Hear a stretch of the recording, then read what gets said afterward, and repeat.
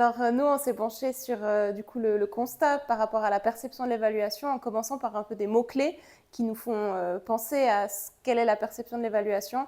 Et on s'est rendu compte qu'il y avait pas mal d'images négatives qui ressortaient, que c'était du contrôle, que c'était déjà à quoi ça sert, qu'est-ce que c'est l'évaluation, et que c'est coûteux, que c'est une analyse qui forcément à la fin va finir dans un tiroir. Hashtag choubladisé pour avoir du bon français.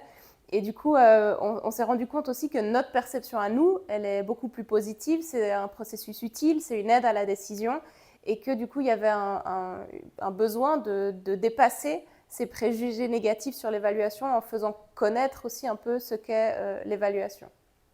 Très bien. Et sur la base de ces constats, on s'est dit, mais alors qu'est-ce qu'on peut faire? Quelles sont les actions qu'on pourrait entreprendre pour dépasser ces défis-là? Euh, et la première chose aussi en amont, c'est de réfléchir sur notre rôle. On en a conclu qu'on n'était pas d'accord qu'on est des technocrates, mais des facilitateurs.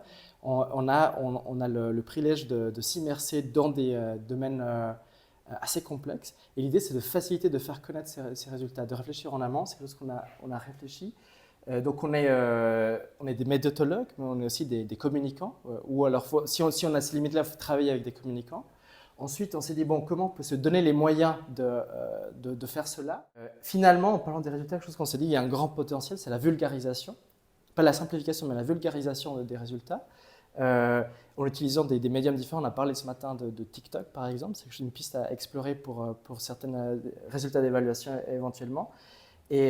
Et de manière générale, ce qui est très important, c'est le storytelling, de raconter une histoire, raconter quelque chose que les auditeurs et les auditrices puissent comprendre.